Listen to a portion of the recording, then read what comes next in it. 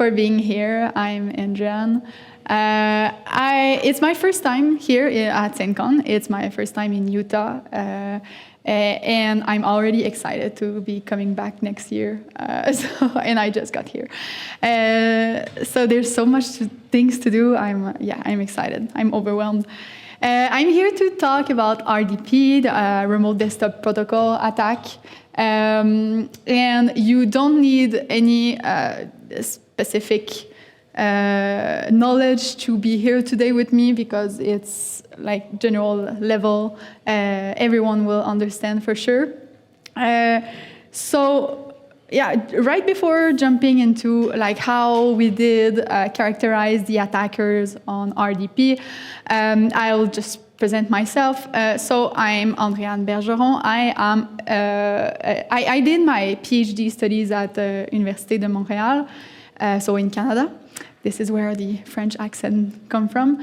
And I, as of today, like right before this conference, I'm an affiliated professor to the University of Montreal. So I'm celebrating with you right now, very happy. And I work as a cybersecurity researcher for GoSecure, which is a cybersecurity company in Montreal. Well, no, it's not true. It's American now. We've been bought out. So we are all over United States and Canada. And we have this research lab in which I work. And so you know, my research depends on where we stand and what we want to research. I'm also involved in my community, the cybersecurity community, as a co-VP engagement and outreach for NorthSec, which is a very cool cybersecurity conference in Montreal. If you want to check it out, there's a big CTF also, if you're a fan of CTFs. And I'm a scientific director for an open source research group at, again, a University of Montreal. So the objective of my research program, of our research program in the research team, in general, not just for what I'm presenting today, but for all my research, would be first to understand attacker strategies. So my PhD is in criminology, so I'm interested in attackers' behavior or attackers' decision making, and hopefully the objective of that is to hopefully give prevention advice after that. Of course, we want to fight against attacker anonymization. Sorry, we don't need to de-anonymize them. We do not work with the police or anything, but we want to fight it, and we want to increase ultimately attackers' cost. So in their analysis of cost and benefit, they could, like, their costs are increased because we are watching them, and we're trying to protect people this way. So for today, what I have on the agenda is just to start with the basis, with what is RDP, how do we intercept this protocol, and well, after that, diving into the actual data, the data that we got in the research, so the logging attempts data, and then the 5 character classes that we discovered. We'll see the arsenal, like the different tools they use, and then some memorable session. So RDP, whenever I'll say RDP, Remote Desktop Protocol, I'm referring to this interface where you can just access to another computer from a remote place. And why are we there studying RDP?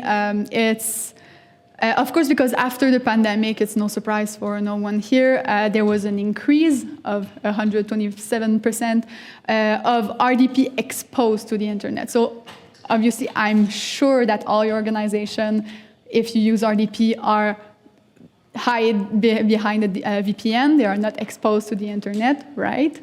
But some less security-aware organization will expose their RDP. And then it will allow attackers to just scan and then get in. And also, RDP is one of the most common vector for ransomware. So after phishing, there's RDP. So this is why it's very important to like know more of how they attack it and what can we do against it. The other thing that we just discovered through our research was that it attracts more human than bot. So it's very interesting for me, who likes to study humans behind the attack. So you'll see what I mean later.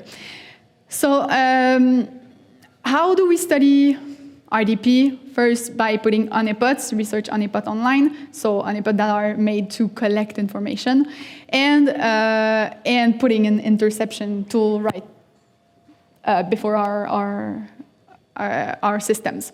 So I cannot go further without presenting my colleague who is behind all the tool that I will present, the interception tool. So Olivier Bilodeau, who is the director of research at GoSecure. So the tool is called PyRDP, and if you are interested in this tool, it's an open source that is available on GitHub. So if it spikes some interest in you, please go. And there's a lot of presentation that have been done by Olivier before about PyRDP and how it works and everything. So I will not read everything that it does. So if you're interested, you can just type purple RDP, so red and blue team, trait graph, and you'll find a lot of information on that. So the thing that I want to focus right now is that we intercept the net and NTLM anyway, sorry, you understand, right? So yeah, we're intercepted. So every time someone is trying to get in the system, we'll just collect the IP address, the username and password they try, and the time when it happens. So, and there's a lot of information that we can get through that. So of course, like after scanning us because our RDP port is exposed, they try to get in, and they try to get in by using brute force attacks. So they're just trying the most combination of username, password possible, and then get in. And this is like my very cool graph. I spend a lot of time on it with the help of Olivier. So this is a calendar, okay? On the left, you see this is for one IP for 1 month. So you see all the day of the month on the left side that goes down and up. And then from left to right, you have the hour of the day, right? Okay, so you see the calendar. And every small line is an attack. And sometimes it's more than an attack. It depends on the color of the line, right? So sometimes it's like 4 attacks per second or things like that, or per minute. So this is a lot of attacks, right, on our system. So for 1 month, for one IP address. So this is what we expected. So a lot, like probably a bot or compromised computer working together, or a script with a good computer, just trying to get in, right? So yeah, this is typical of a script. But then it was not the most case that in most cases it was not this pattern. It was more like this pattern, and it spiked my interest because this looked like more like the pen tester who I work would do, right? To try to brute force something, they will start a list of combination of username and passwords. So they start a list and then see if it works or not, and then if not, well, they start another list, and then so on and so forth. So here we can see clearly that a list of combination is started, and then it stopped, and then later it started again. So this is an example of someone that is not necessarily in front of the computer all the time, and when they just noticed that their list was not successful, they just set up another one. So we start seeing maybe like some human behavior behind this because someone has to start the list, if it's the case here. So this is our hypothesis. But then it becomes clearer. Here is another interesting example because each attempt login is separated by a delay, right? There's a delay between each attack. So they are trying to imitate human behavior, so the system do not detect them and block them because they are trying too much, trying to close in time, right? So this is interesting. This is like a bit more thought out than the usual that we would expect to see. But the other very interesting thing here is that you see some holes, right? There's 2 times 2 days hole in there, and it just happened to be the weekend. So now I was getting excited by that because, you know, if the attacker has weekends, we had a lot of hypotheses there. And this IP address was coming from China. So, and it has been documented in the past that China had their employee, like federal employee, trying to attack other countries, and they need their weekend. So this might be like one of this case. And then another interesting thing, so here they do not try to attack us before like half of the month. This is not important, but what is important is the block of 8 hours that you see in which no attack is started. It just like some attack can go if it was started before, but none is started in this time. So is it because the attacker is sleeping? Is it because the attacker is working and hacking is side hustle or things like that?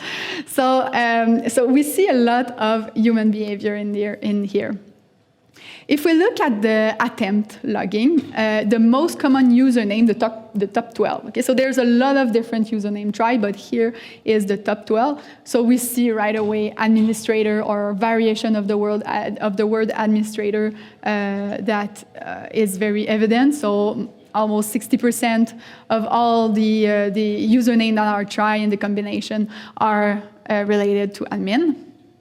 So little reminder, very important to change the username that is there by default on Windows systems, of course. So we will never stop remembering people that it's important, and as important as changing the password, of course, because you need those 2 information to get in. So.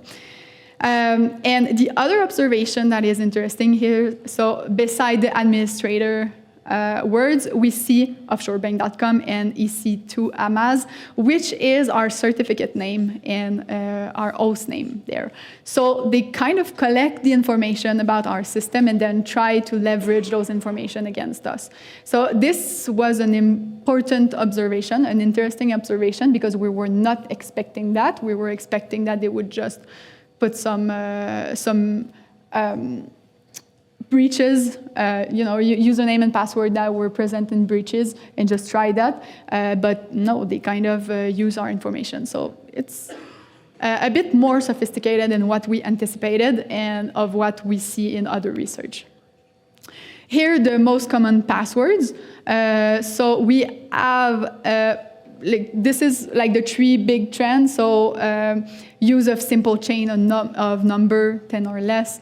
Variation of the word password, so what we keep telling our client to do not do. So this is the best proof that we continue to enforce that. And finally, the variation of our RDP certificate, again, because if we come back here, com is just like our RDP certificate was offshorebank.com, so it comes from there. So again, leveraging information against us. I did like a human engagement score, or we should say maybe the level of sophistication score. So when it tends to towards the human, I consider it a bit more thought out, so a bit more sophisticated. And we see that the score has a tendency to go toward the human. So it goes toward the human more than what we anticipated, and this was like the first conclusion of this first part of the research. So yes, there's a lot of course, behind each attack there's a human somewhere, and also there's computer somewhere, right? So that's why we call that more a sophistication score. So we continued on our research. So this was just the first part, but we were excited to see that they were more human than we thought, and we leveraged the monster in the middle part of the tool to get more information. So after the compromission, so it's not all of them that succeed in getting in the system, but for the small part of them who enter, this is what we get. And so with the tool, we get basically video footage, and I'll show you some example here. So I'll present you the tool first, and then we'll see a lot of examples of attackers in action in this presentation. So, but this is just what it will look like. So when it will begin, when it will start, you'll see the screen of what is going on the attacker screen, and then the little yellow dot will be the mouse movement that you will be able to see also.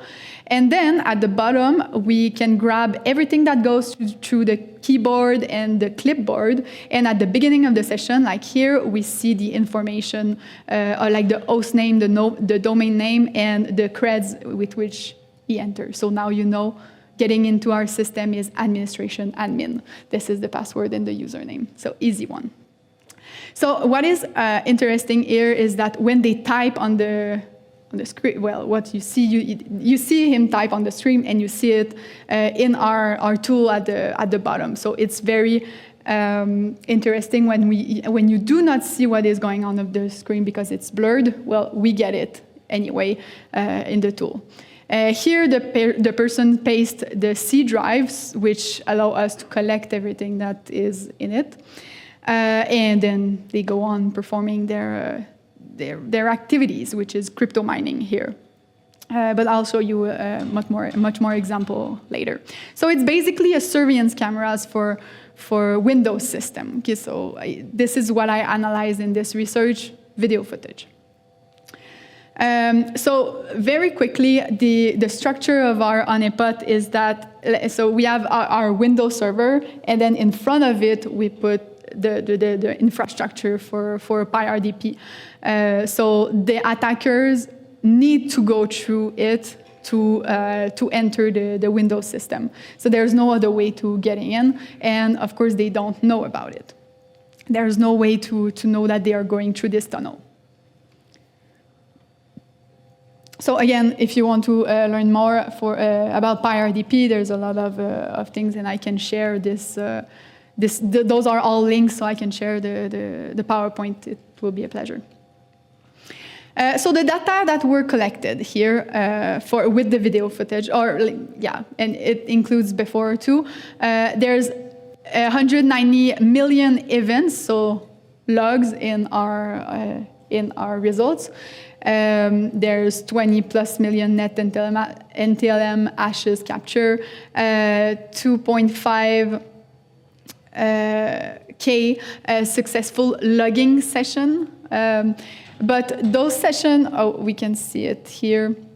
So from the 2.3 thousand session, there's some of them that were more interesting than others. So some of them just were right on the combination of username password, but then nothing happened, right? They do not connect for real. They succeed and then nothing. So this is eliminated for me for this research today. And then some connect and then don't do anything. So we see that they are like they move the mouse and then quit and then never come back again. So this is not interesting for me. I just eliminate this part too. So in the end, we have 339 sessions of interest in which something happens, and that I analyzed for you. And also, like some of the connection, like if someone connects and then change the password, for example, so they take the control of the machine and then come back later and connect with the same password, I obviously assume that it's the same attacker or group of attacker, right? And if I group them with some indication like that, some observation, we get 95 different attacker or group of attacker that are in the result today. So I don't know if there are any fan of MITRE ATT&CK indicator, but I put this here as a reference. So if you know the MITRE ATT&CK indicator, like the big column, the big type of action, so you'll see a lot of reconnaissance, discovery, and impact. This is what we see the most. So you see system network configuration, active scanning, and account manipulation. You see all that in this session that we observed. So now, characterizing attackers' behavior. So you'll see that we kind of give personalities to our attackers, and we use a Dungeon and Dragon theme. So I don't know if there's a fan here of Dungeon and Dragon, but if not, you will understand the character anyway. And this is not AI generated. This is done by an artist from Montreal. So all the drawing that you'll see are from him. So I'll present you those 5 characters, and I'll start with the first one that you might not have seen. It's here hiding in the back, and it's because it's the ranger. So the ranger will explore the system. They will run reconnaissance by clicking their way, like looking at the CPU, looking at the IP address and like the internet power and everything. Or they can just run script also for doing this reconnaissance. And we think that they might be evaluating the system for others to connect afterward. So this is a ranger in action.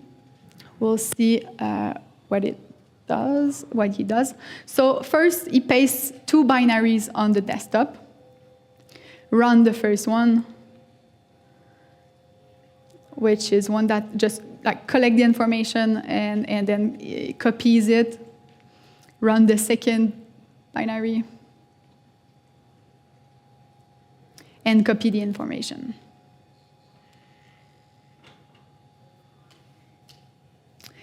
And then, right before leaving, it just erases all traces and then leaves.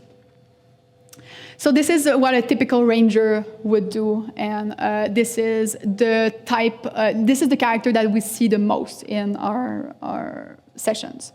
In the 100 hours of footage that I watched, this is the typical one. The second one would be the thief. So thieves will monetize the RDP access in many different ways. So the tool they use are proxyware, monetizing browser, so the browser that participate in pay-to-serve schemes. There is also cryptominer, Android emulator for fraud, so all bunch of things to monetize this access. So I have 2 examples for you of thieves in action. So in the first one, the person is using Traf Monetizer, which is a residential proxy enabler. They pass third-party traffic through our system. So they connect to their account, and then at the bottom, we see the amount of money they can do by selling our traffic, which is not a lot, which is like $5, something like that. So I don't know if it was for a long time that he collect this money, but it's not big money, right? The second example would be crypto mining. So here the person is using XMRig, just launch it, collect to his or her Bitcoin wallet, not Bitcoin wallet, but wallet, mining Bitcoin Gold. I blurred the password because I'm very kind. And you see like the local hash rate and the effective hash rate while they can do and other activities on the system while this is running, right? So they are mining crypto. The third character is the Bard. The Barbarian. It's very different. So Barbarian will use large array of tools to brute force their way into more computer. This is not surprising to see in our session. So they will work with list of IP, of username, of passwords. So they compromise other systems by working with those lists. Right?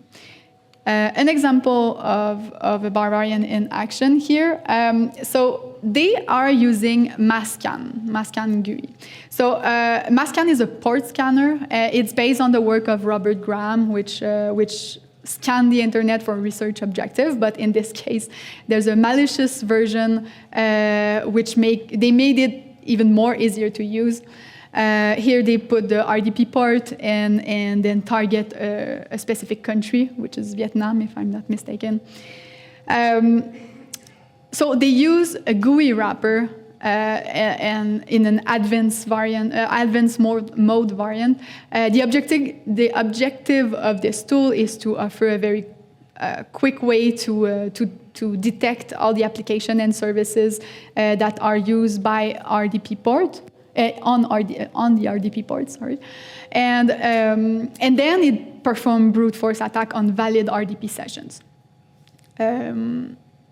So once they find a valid RDP session, they are able to pivot on other sessions that are connected to the same administration system by detecting those the close IP addresses, right? So once they are in our system, well, they can pivot and just try to detect if we are an organization and if there's other computer to compromise.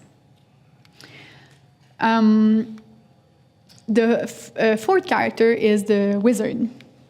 So the wizard will use the RDP access as a portal to connect to other computers. They secure their identity via a jump over compromised host. So they are the one that you don't want in your systems because they are the one who show the highest level of skills. They kind of are living off the land because they will. Well, I'll show you here what they're doing. They are on our RDP session, but then connect to another RDP session, just to protect further their identity. So you see that the wizard is fileless, right? They do not require you to install any code, any script within the target system. They use what is already there, which is the RDP, right? Here you see that they open NLBrute, and I'll talk about NLBrute in a second. Because the other thing that I want you to notice here is that they are connecting with a ghost user. I'll come back to the ghost user part a bit later. Okay, but just remember this part. This makes it far more difficult to detect, especially if the organization are leveraging the traditional security tools that search for known malware script or file. They can stay there forever before being flagged as they leave no artifact behind. Right? So as I said, they are using NLBrute, and NLBrute is a multi-thread brute forcing tool dedicated to RDP. The Russian author was arrested and extradited to the United States fairly recently, like in February 2023. But obviously the tool is out there already, so the damage is there.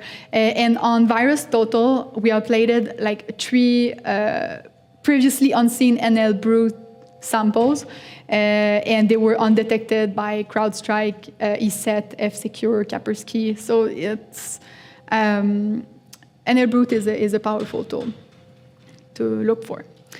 The last character before going into more deeply into the tool they use is the Bard. So for the fan of Dungeons and Dragons here, I don't want to start a debate or anything, but they are arguingly, according to some people, the annoying team player or the small contributor, we can say.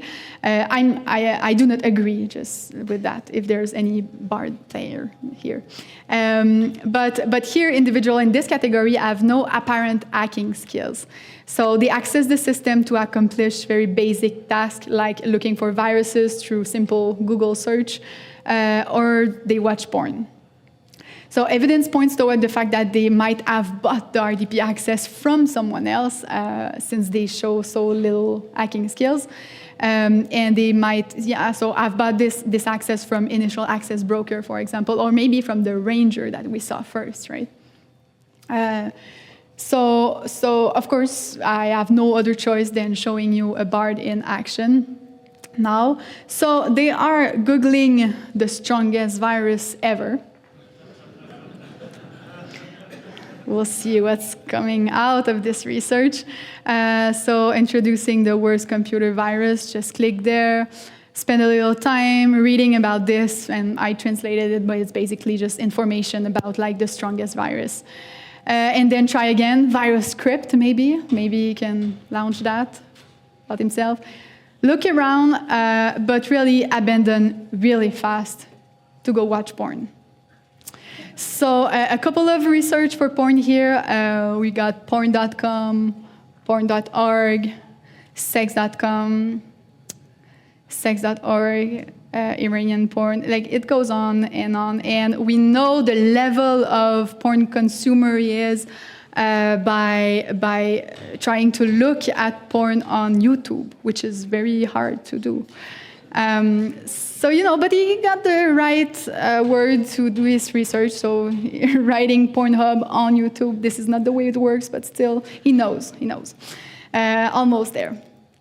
So why porn? I asked myself, because I was not happy to see that in the, like I did a PhD in criminology. I was not expecting to look at people watch porn on our system. I was a bit sad about, but I was expecting, hackers, and I was, So why porn? And we inspected a bit the IP addresses behind those attacks, and we conclude that, in some part of the world there's internet censorship, and this censorship would include a ban on pornography. And very often ban on VPN and things like that. So people might turn to RDP access as a solution to just go around this inconvenience.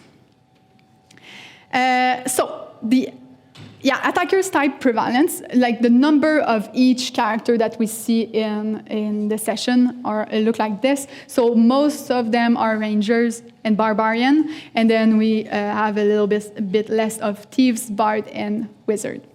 And also the class are not mutually exclusive. If we were playing Dungeons & Dragons, we'd say that they are multi-class characters. So they intertwine a bit. Their activity might intertwine, but you see that we have like pure ranger, pure barbarian, and then all the other that intertwines. So the attacker's tool. Yes, I am on time, right? Yes. So this is all the tools that we notice across the session, the 100-hour session that we have. So we already saw Mascan and NL Brute from the Barbarian. But then let's see another tool from the Barbarian, which is Silver Bullet. And then I'll present to you 3 other from the Ranger, because we didn't see any up to now. So let's proceed first with Silver Bullet. Okay, so for those who work maybe in pen testing here, Silver Bullet will be the same type of tool as Burp. So it's testing web app security. So Burp use a proxy, right? When you use it, but this one, Silver Bullet, will use 100 of proxies at a time. So this is obviously for credential stuffing. Okay, we see cred stuffing for Netflix, PayPal, Spotify, and other type of services, and we see this tool when we look into the forum around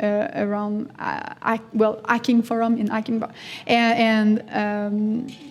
and in the chat where they talk about specialize in compromised account. So we see people discussing this tool. And we see a lot of Telegram channel and dedicated to this tool too. And it's distributed on GitHub for some reason. So Like this is on their website, and this is a screenshot of the tool. So it says, that it is for pen testing, and it says that, well, on the tool, if you see the different type of things that you can do, you see proxies, word lists, and then under config you have CAPTCHA, OCR, Cloudflare. So it sounds a lot more like a black hat tool than a pen testing tool. But on their website, they say, thankfully, that it is illegal to use it for credential stuffing. So thank to them, they stopped cybercrime by just saying that. So thank you. Next tool that I wanted to show you is Xstatic RDP patch. So in the video of the wizard, you remember, as I pointed out, that they were using a ghost user, right? So they were using this tool, and that's why it was shown as a ghost user. So it creates this user on the compromised session. So it's a persistent tool. They can come back to their compromised computer and continue to perform their activity, even if the victim is using the computer. So it creates the two separate sessions, and it also go around the fact that Windows usually do not allow two sessions to go at the same time, unless you have a server permissions. And also the tool will survive the update. So even if we proceed to the update, it will stay there, and the ghost user will stay there. So the group who developed this tool has been arrested, but again, the tool is obviously distributed already and is out there. The other tool, next up, Windows Defender Remove Script. So this required to be admin to work. They use the install vim tweak.exe. It is considered a legitimate packet. The tool allows the modification of OS packages, so it makes visible the hidden OS packages and then deactivate Windows Defender and repackage for Windows to continue running. It does not work on Windows 11. Okay, so we try it with and without the temper protection. However, it works on Windows Server 2016. So it depends on the version of Windows you have, but in the Windows 11 it doesn't work anymore. Last tool that I wanted to show you is dcontrol. So it deactivates Windows Defender and unload its driver. And this tool have been documented to be used by Locus, a ransomware group. So yeah, basically for trying to avoid the detection of Windows Defender. So we will try to document not only the tool that I just showed you, but the tool of this list in the next couple of months. We'll try to work on this. So if you want to have more information, we will be publishing on our blog, the Go Secure blog. If we try to just classify all the tools that are here, but because here I did like a classification by character, but really the classification by objective would look like this. So scanning and attack, this is what most of those tools do. After that, we have like enabler tools that just allow to do other stuff, and communication, download, monetization. And by communication, I mean there's a lot of Telegram account.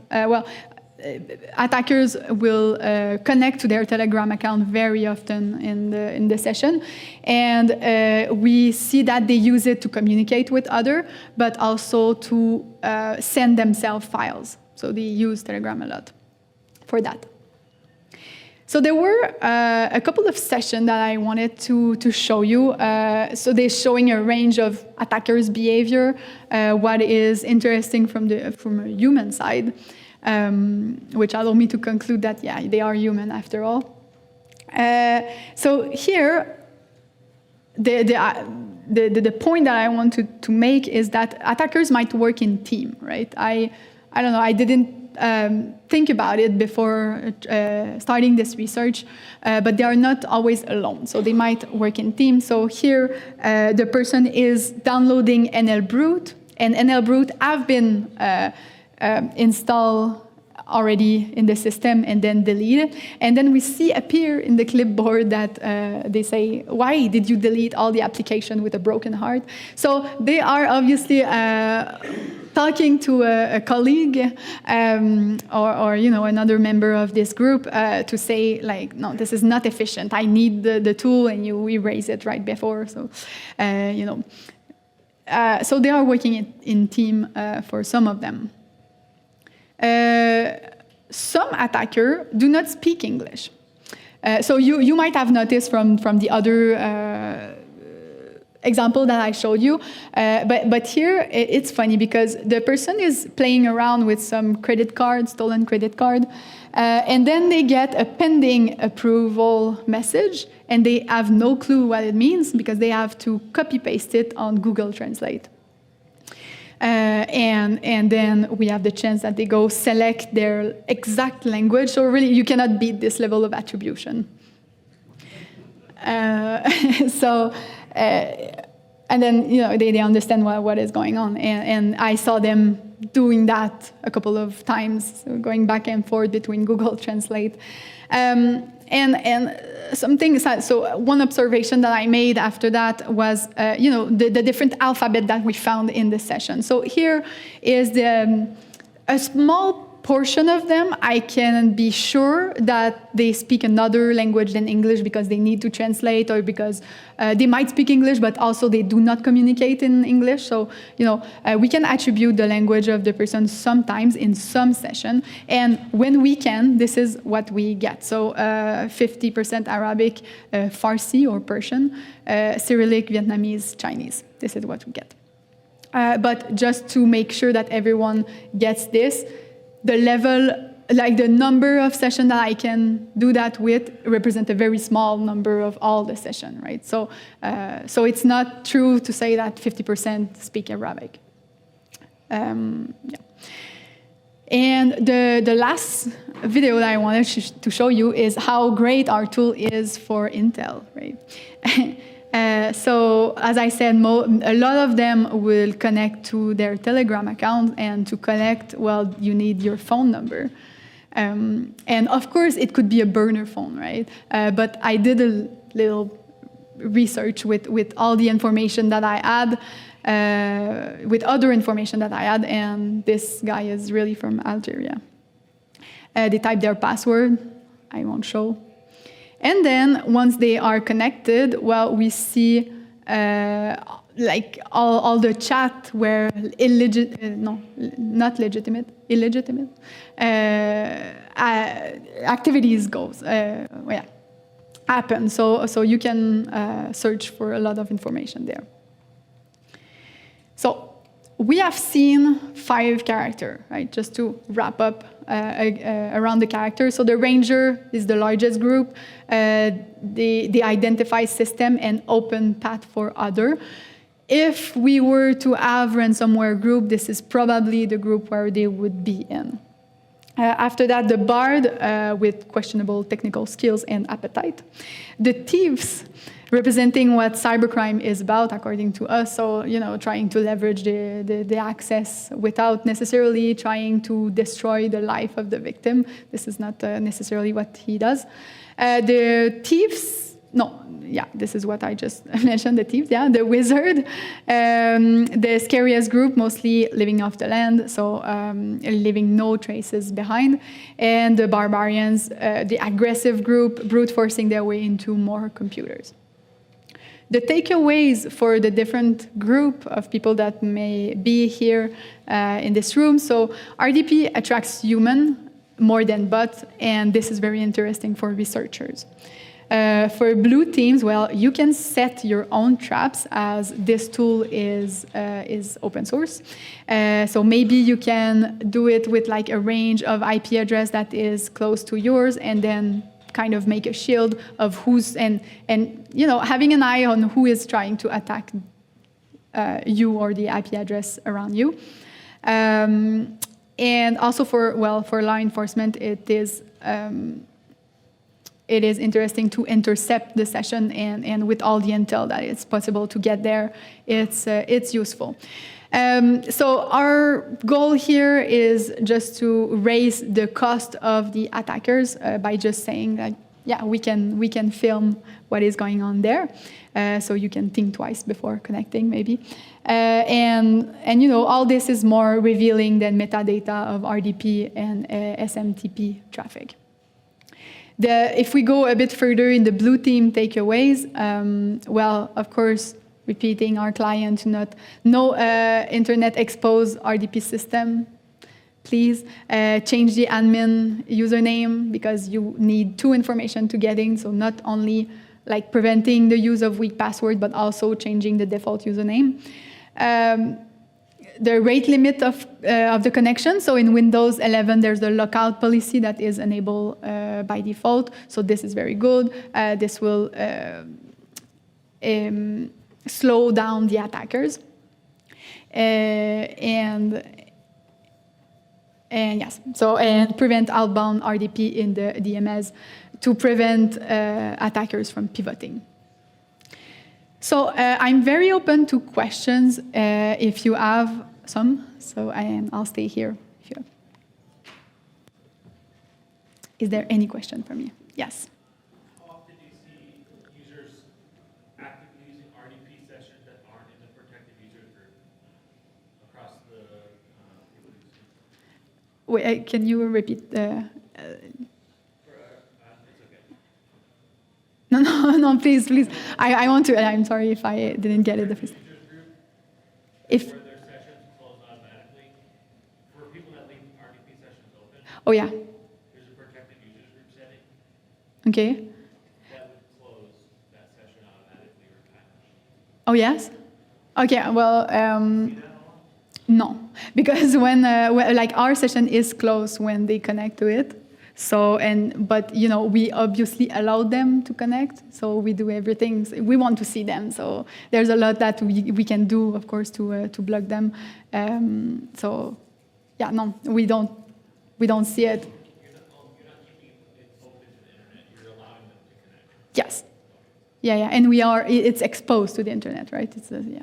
And as I said, the username and the password is admin. So of course we want them to connect. Yes. Go back one slide, Yes. This one? After or before? Oh, the contact. Yeah, sorry. Is there any other question?